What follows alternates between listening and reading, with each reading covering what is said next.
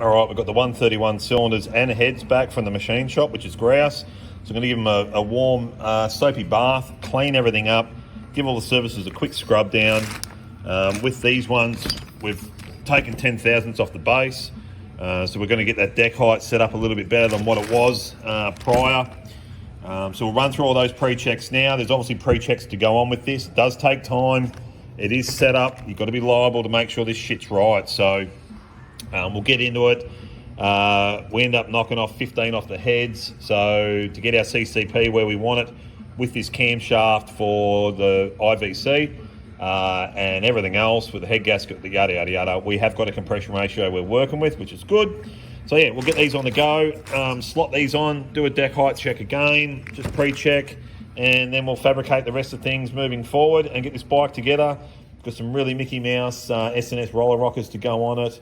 And then, yeah, once it's all together, do some heat cycling and get in for a tune and fabricate something to suit this bad boy. So we're on our way. All right. So we've got our CNC Screamin Eagle heads. What I've got to do is do a thorough clean. I've just compressed the heads down because we've had these at the machine shop. Now, what I'm going to do is set these up, run a CC check on them. These come out at factory at 95 cc. So going through what we want to do as a compression ratio, we've decked the heads marginally to achieve what we want, get the right CCP happening as well with our camshaft.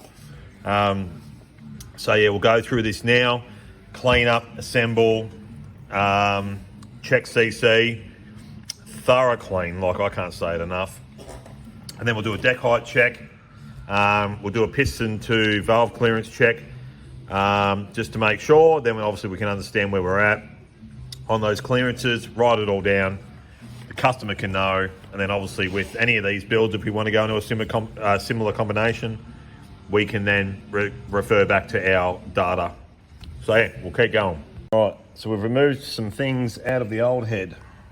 ACR, some plugs. Obviously we're going to be updating the spark plugs, pulling the ACR out, resealing once we're finished. However, we need to CC this head. So we'll go through this, we'll check it, we'll write it down. So we've got a reference, and then we'll go ahead and do the next cylinder head.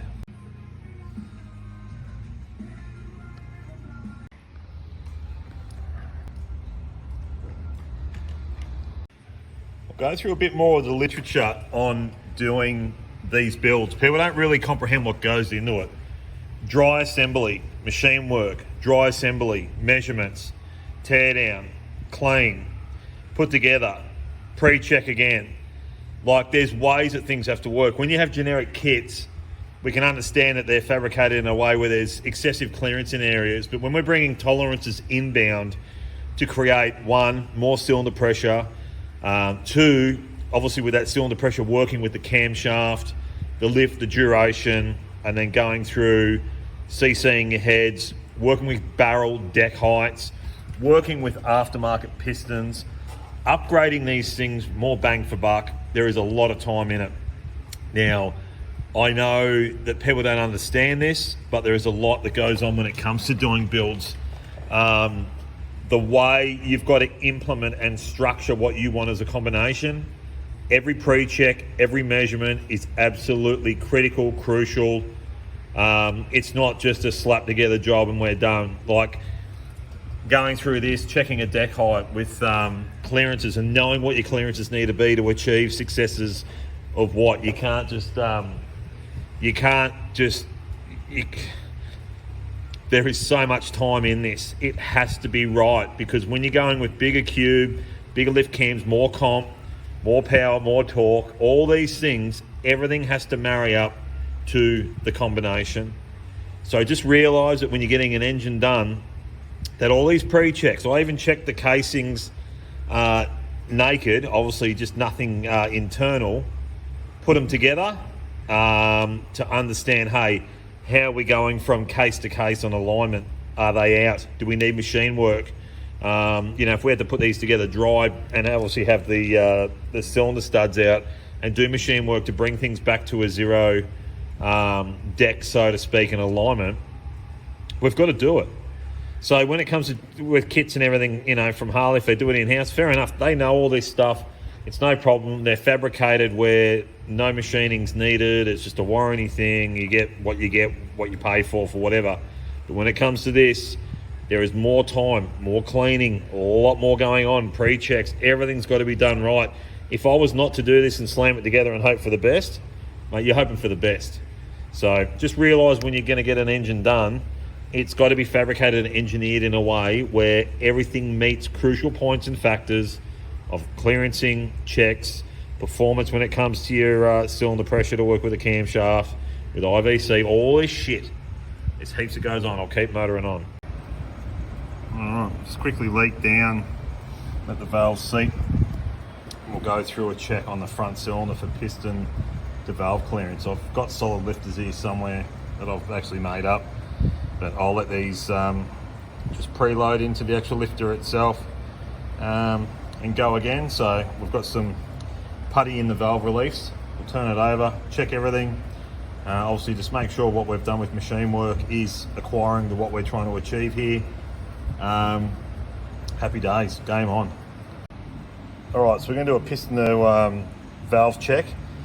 So I've just used a 40,000 T gasket minus one of the thinner layers. So we've come back to a 30. We might even squish down to 20, 29 thou 28, which is fine because then I can deduct of whatever to make what our clearance is. I know we're going to be fine, but we're checking just due to the camshaft and how we've done things.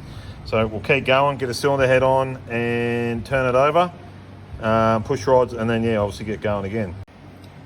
So the good thing is with this cam and setup, coil bind, just another thing on the twin cams, obviously get a bit of solder and wrap it around so I can actually get a distinct, depending on the lift and what we're trying to achieve, but we can get a distinct measurement, which is fine. And we'll keep turning this over and we'll get our heads off again and check our putty. All right, so piston and valve clearance and just valve relief with valve contact anywhere.